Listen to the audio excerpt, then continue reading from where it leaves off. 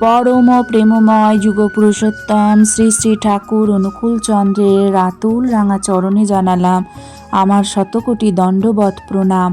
আমার ভক্ত প্রাণদাতা ভাই বোন মা সকলকে জানালাম জয় গুরু।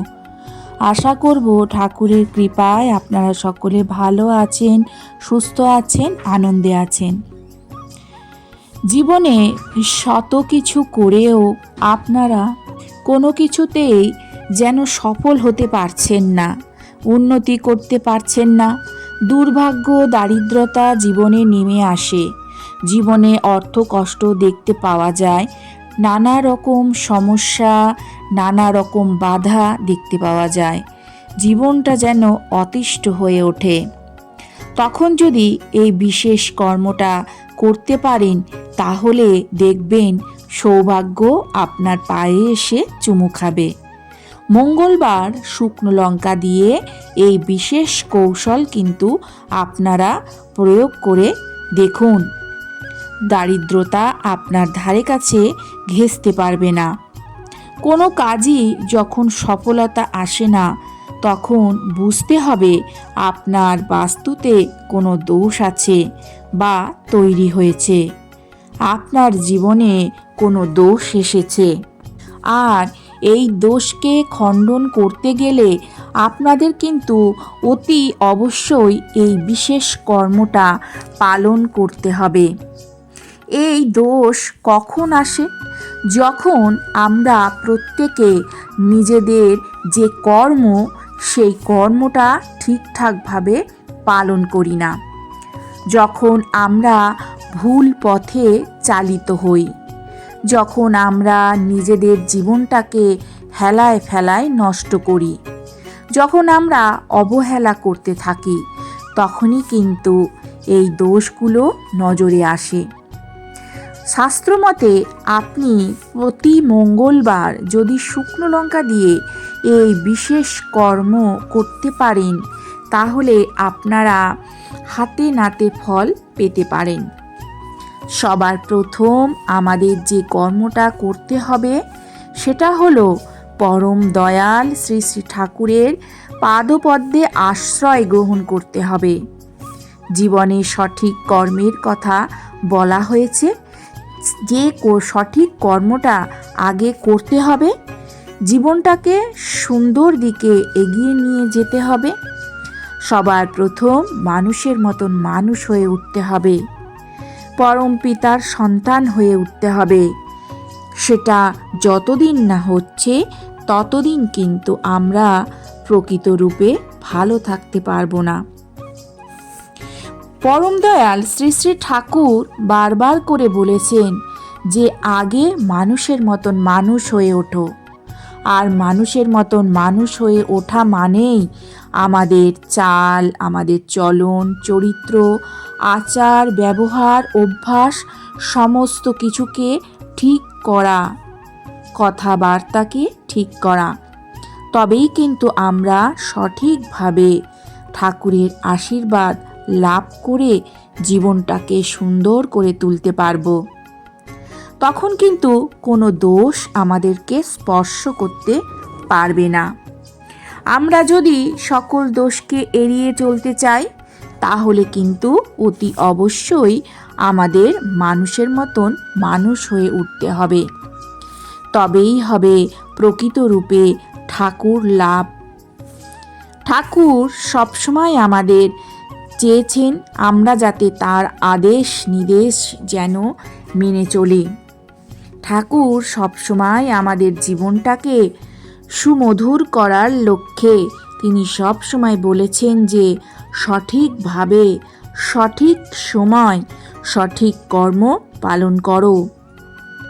তিনি যে যে কর্মগুলো করার কথা বলেছেন, তিনি যে কর্মগুলো আমাদের দিয়েছেন, নাম জপ, ইষ্টবৃত্তি, সময় প্রার্থনা, যাজন, সমস্ত কর্মকে সঠিকভাবে পালন করতে হবে।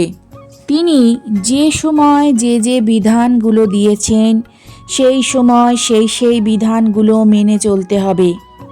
তবেই তো প্রকৃত রূপে আমরা ভালো থাকতে পারবো। আমরা অনেক সময় ভুলে যাই আমাদের জীবনে কোনটা আসল কর্ম। তিনি নিয়মিত আমাদেরকে নাম জপ ইষ্টবৃত্তি করার কথা বলেছেন। আমরা সেটা ঠিকঠাকভাবে পালন করছি না, তার বিধানগুলো আমরা ঠিকভাবে পালন করছি না, যার জন্যই আমাদের জীবনে এত সমস্যায় পড়ছি।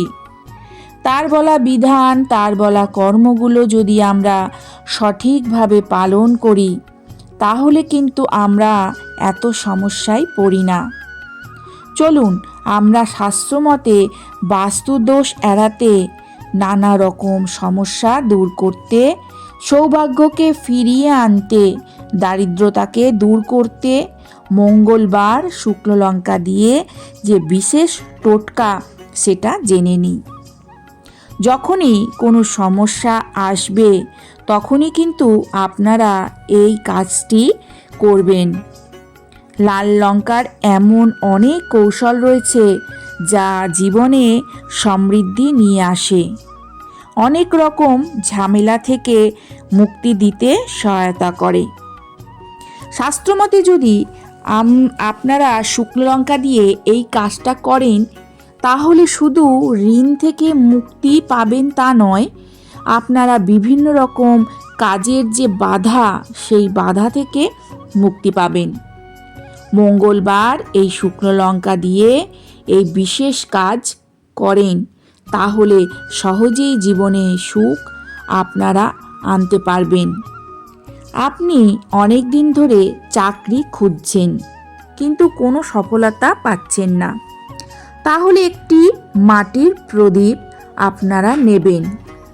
একটি মাটির প্রদীপ নিয়ে তাতে সর্ষের তেল দিন এবং এর ভিতরে 7টি শুকনো লঙ্কা রাখুন। সেই তেলে 1 চিমটি লবণ যোগ করুন। এটি বাড়ির উত্তর পূর্ব কোণে রেখে দিন।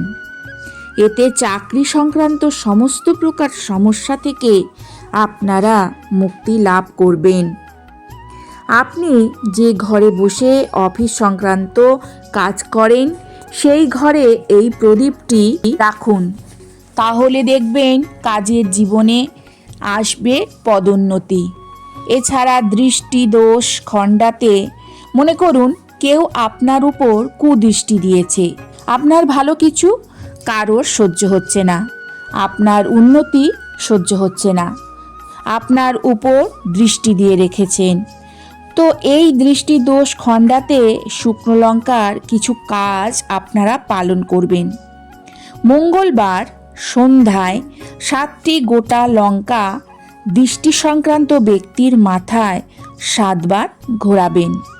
7 বার সোজাভাবে ঘোরাবেন, আবার 7 বার বিপরীতভাবে ঘোরাবেন। তারপর সেই লঙ্কাগুলোকে আগুনে দিয়ে দেবেন। কিভাবে দেবেন?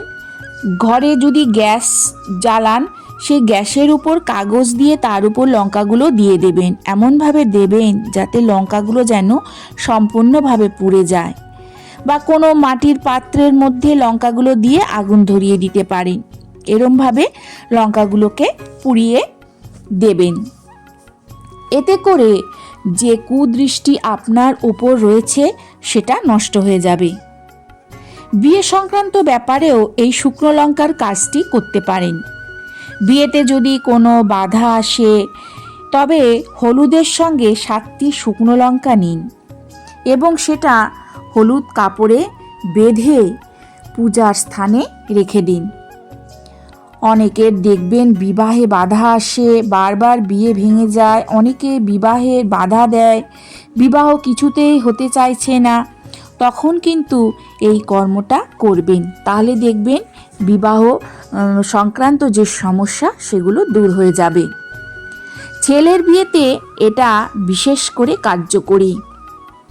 যদি বাজারে অনেক ঋণ থাকে, এর থেকে মুক্তি পাওয়ার পথ খুঁজছেন, তাহলে সেক্ষেত্রে 5টি শুকনো লঙ্কা নিন এবং ঘর থেকে বের হবার সময় দরজার কাছে রেখে দিন। আপনি যে কাজের জন্য যাত্রা করছেন তাতে সাফল্যের পাশাপাশি আপনি ঋণ থেকে মুক্তি পাবেন। আপনি যদি আর্থিক লাভ চান তাহলে একটি সাদা কাপড়ে 7টি শুকনো লঙ্কা বেঁধে যেখানে টাকা আছে সেখানে রাখতে পারেন।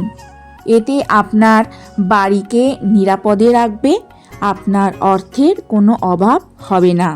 মঙ্গলবার এই নিয়মটি পালন করলে আপনার ঘরে দ্রুত অর্থের বৃষ্টি হবে।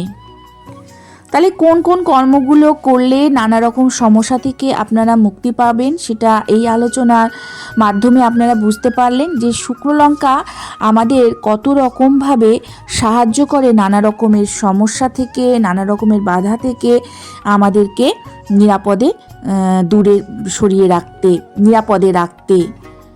আর তাছাড়া পরম দয়ালের পাদপদ্মে আশ্রয় গ্রহণ করে আমরা চাইবো আমাদের নিজেদের জীবনটাকে আরও সুন্দর করে তুলতে। তাহলে আজকের আলোচনাটা এখানে শেষ করলাম। আশা করব আজকের আলোচনাটা আপনাদের ভালো লাগবে। যদি ভালো লাগে তাহলে অতি অবশ্যই একটা করে লাইক করবেন, কমেন্ট করবেন, বেশি বেশি করে শেয়ার করবেন। কালকে আসছি আবারও একটি নতুন আলোচনা নিয়ে। সবাই ভালো থাকুন, সুস্থ থাকুন, সাবধানে থাকুন। ঠাকুরের কাছে এই প্রার্থনা করি ঠাকুর সদা সর্বদাই যেন আপনাদের ভালো রাখেন। জয় গুরু, বন্দে পুরুষোত্তমম।